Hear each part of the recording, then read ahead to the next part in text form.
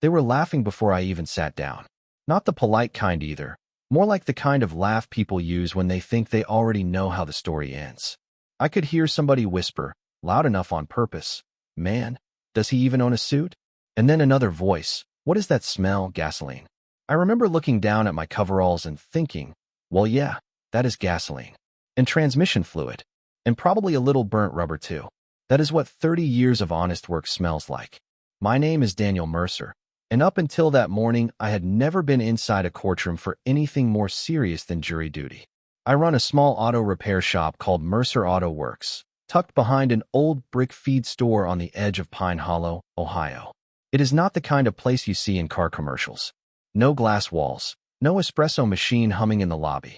Just two bays, a cracked concrete floor, and a coffee pot that has probably seen more miles than most of the trucks I work on. For almost 3 decades, that shop was my whole life. I opened it when I was 27, after my dad passed.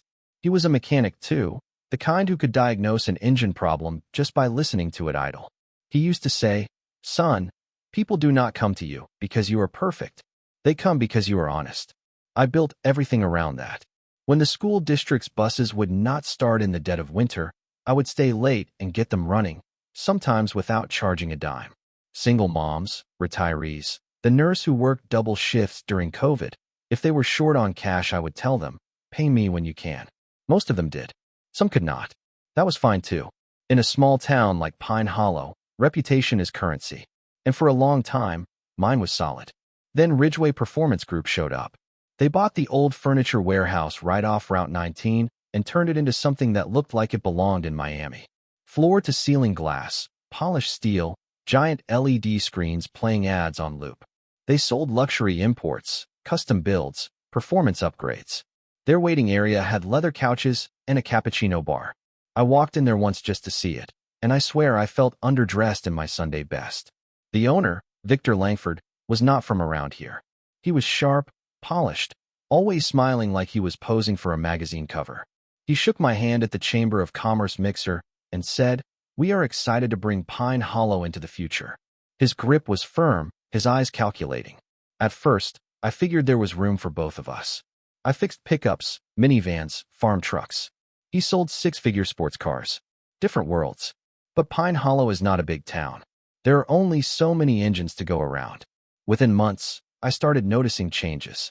Customers I had worked with for years would mention Ridgeway's free inspections. Then came the online reviews. 1-star ratings popping up out of nowhere. Claims that I used cheap parts. That I overcharged. That I damaged vehicles. The language in those reviews felt off. Too polished. Too coordinated. My niece, who knows more about the internet than I ever will, pulled me aside one night and said, "Uncle Dan, these accounts were all created the same week. That is not normal." I wanted to believe it was just competition. Business is business. But then the inspection started. Town safety inspectors began dropping by almost weekly, checking permits, paperwork, emissions compliance. One of them, a guy named Harold Pike, used to bring his truck to me for oil changes. Now he barely looked me in the eye. I later learned he had been hired as a consultant for Ridgeway on the side. That was when I realized this was not just about cars. Victor Langford did not want coexistence. He wanted monopoly. Still, I kept my head down.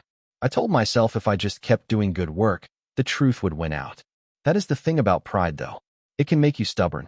The trap came in the form of a midnight blue Falcon X9, a sleek custom sports car that looked like it had never seen a speck of dust. It rolled into my lot one Tuesday afternoon, driven by a young guy in designer sunglasses and a confidence that did not match his age. "Name is Cole," he said, leaning against the hood like we were in a commercial. "Just need a basic tune-up. Nothing fancy." I should have recognized him. He had Victor's jawline, Victor's smile. But I did not put it together until later. The job was straightforward. I documented everything, like I always do. Photos before, photos after. Factory-approved parts. I even remember thinking how strange it was that someone would bring a car like that to a shop like mine instead of back to the dealership. 2 weeks later, I was served with a lawsuit claiming I had installed unauthorized components, causing catastrophic engine failure. The damages, according to their filing, were $148,000. I read that number 3 times. $148,000. That was more than my shop made in some years. Their attorney, a slick guy named Preston Hale, filed for defamation too, claiming my public statements about Ridgway's business practices had harmed their brand. I had never publicly said a word about them. That night, sitting alone in my shop with the lights off, I felt something I had not felt since my dad died. Helplessness. The kind that settles in your chest and makes it hard to breathe. I could have folded, sold the property, walked away. Victor probably assumed I would. But there is something about being cornered that changes a man. You start asking yourself what you can live with. Losing a business hurts. Losing your name hurts worse. So I made a decision. I would represent myself. Not because I thought I was smarter than their lawyers, but because this was not just a legal fight. It was personal. And if my shop was going down, it was not going down quietly. And that is how I ended up in that courtroom, in my grease-stained coveralls, listening to people laugh before the first word was even spoken. Now I am not going to sit here and pretend I was calm that morning, because I was not. My hands were steady, sure, years of tightening bolts will do that, but inside I was running through every possible way this could go wrong. I had spent weeks digging, calling in favors, asking questions people in Pine Hollow were not used to being asked. Turns out when you have spent 30 years fixing folks' cars without cheating them, they answer your calls. Preston Hale stood when the judge entered, all tailored charcoal suit and perfect posture, and I could feel the room lean toward him like sunflowers tracking light. He opened with a smile that never reached his eyes. "Your Honor, this is a simple case," he said, smooth as polished marble. A small-town mechanic, out of his depth, attempted to service a high-performance vehicle and cut corners. The result was catastrophic engine damage. My clients have suffered significant financial loss and reputational harm.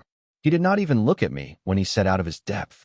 Then he did something that got a couple chuckles from the gallery. He gestured subtly in my direction and added, "Some individuals should recognize when technology has surpassed their skill set." I could feel the heat creeping up my neck, but I kept my mouth shut. You learn that in a shop too. Sometimes you let the engine run a minute before you start wrenching on it. When it was my turn, I stood up slowly. No notes in my hand. Just a small plastic case sitting on the table in front of me. "Your Honor," I said, "I fix cars for a living. I do not talk fancy, but I do document everything I touch, because when something goes wrong, facts matter more than opinions." The judge, a woman named Eleanor Whitaker who had a reputation for not suffering fools, nodded for me to continue. First, I addressed the car itself. The Falcon X9 had supposedly suffered engine mount failure leading to internal damage. That was their claim. I pulled up photographs I had taken the day it came into my shop. Time-stamped. Clear as day. Engine mounts intact. Factory bolts in place. No signs of tampering. Preston objected immediately, claiming the photos could have been manipulated. That stung more than I expected. I may not know much about social media algorithms, but I know how to take a straight photograph. So I opened the plastic case. Inside was a small external hard drive and a printed service log, signed by Cole Langford himself. The hard drive contained security footage from my shop. I installed those cameras years ago after someone tried to steal a catalytic converter off a customer's truck. They run 24/7. We played the footage from the day the Falcon came in. There was Cole, strolling into my lot, sunglasses on, glancing around like he was checking for witnesses. The video had no sound, but you could see everything. My tech, Luis, pulling the car into Bay 2. Hood up. Routine work. Nothing dramatic. Then I skipped ahead to closing time.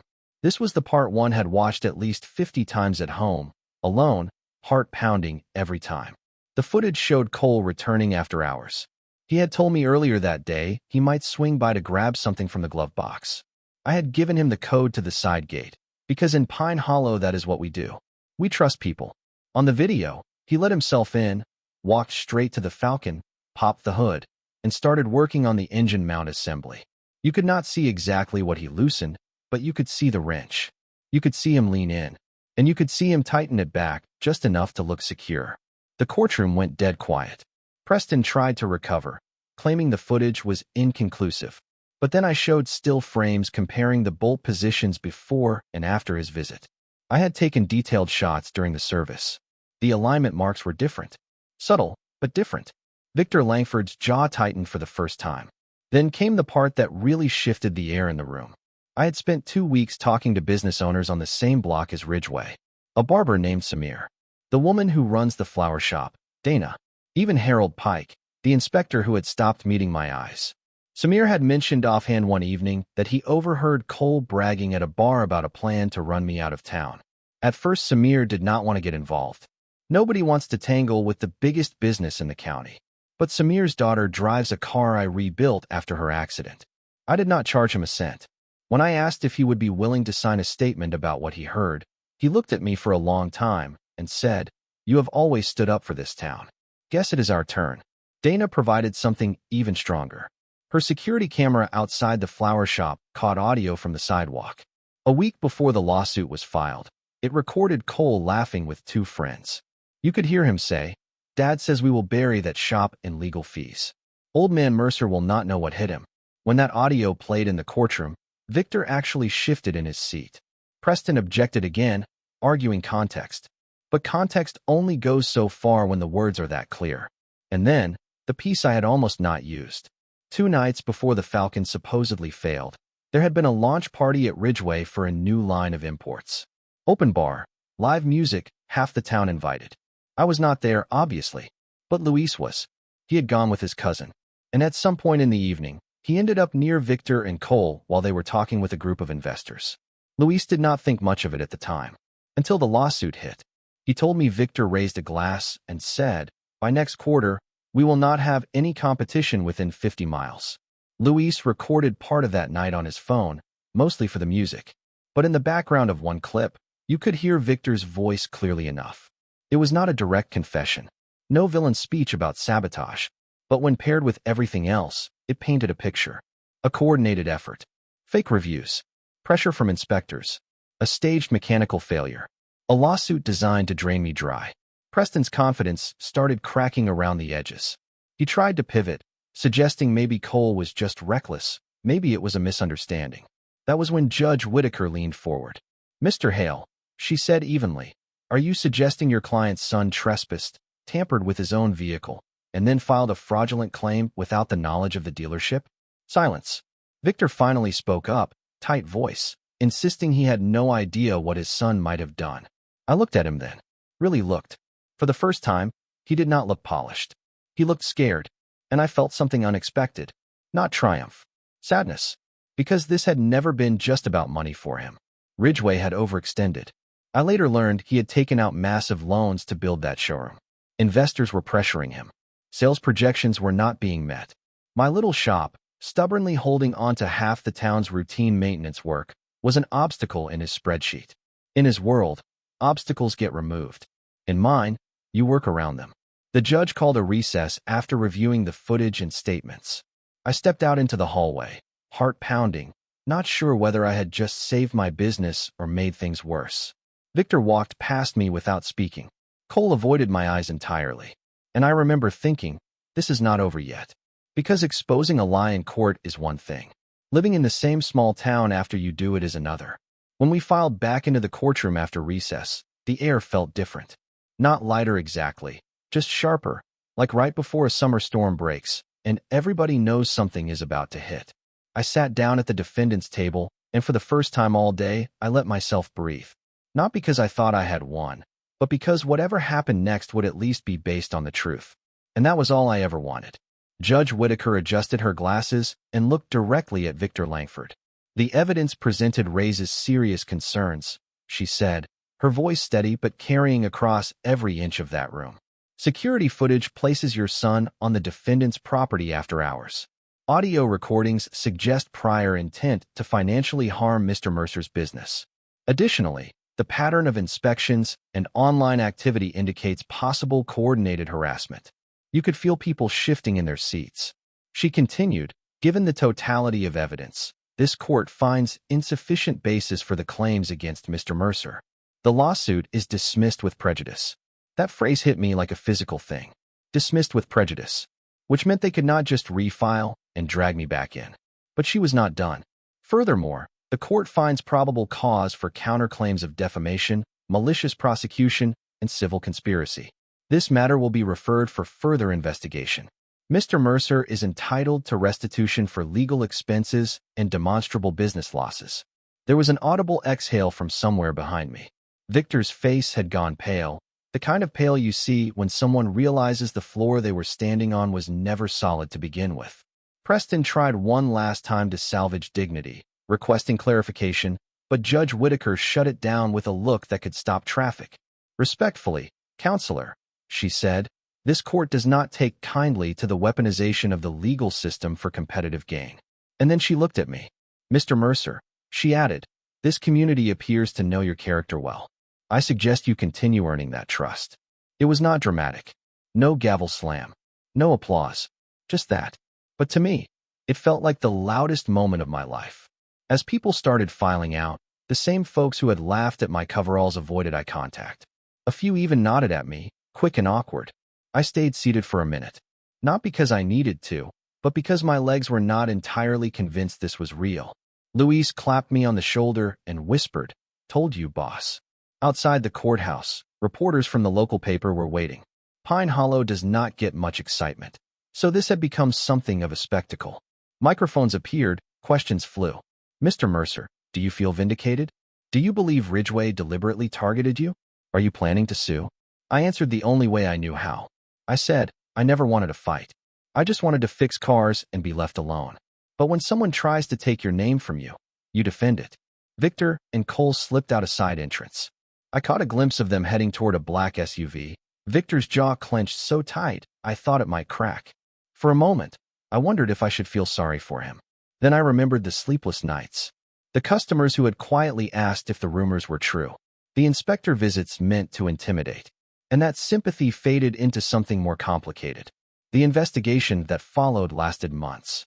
Emails surfaced between Ridgway executives discussing strategies to undercut local competitors.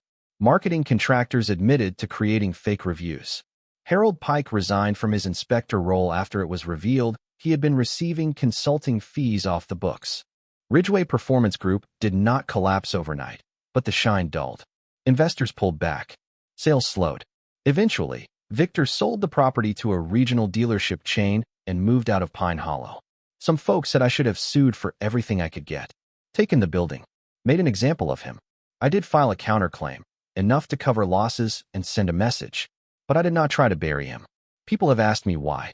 Maybe because I saw what unchecked ambition did to him. Maybe because my dad's voice still echoes in my head, reminding me that integrity is not about crushing someone when you get the chance. A few weeks after the ruling, I was back in my shop, grease on my hands, radio humming in the background like nothing had ever happened. A pickup rolled in, older model, army decals on the back window.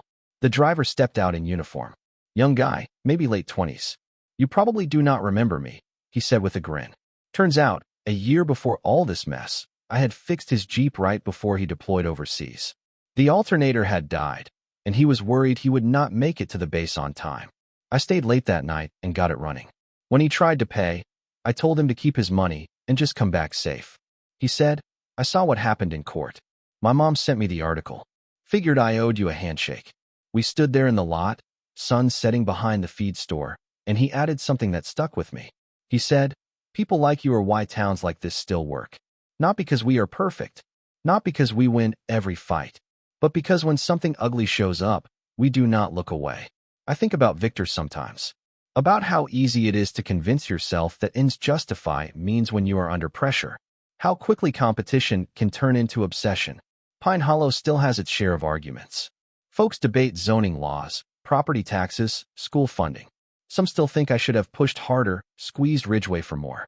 Others say I embarrassed the town by airing dirty laundry in public. So I will ask you this. If you were in my boots, would you have done the same? Would you have represented yourself? Would you have fought back or walked away and started over somewhere new?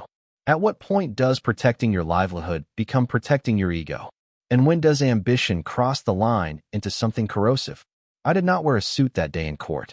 I wore the same coveralls I work in every morning. Not to make a statement, but because that is who I am. And maybe that was the real point. You can build glass walls and chrome logos and fancy waiting rooms. You can buy ads and 5-star ratings. But reputation in a small town is still built the slow way, one honest job at a time. If this story meant something to you, if you have ever been underestimated or pushed aside by someone with more money or influence, I want to hear from you. Drop a comment and tell me where you think the line is between competition and sabotage. Share this with someone who believes integrity still matters. And if you think I should have handled it differently, say that too. I read every comment. Because stories like this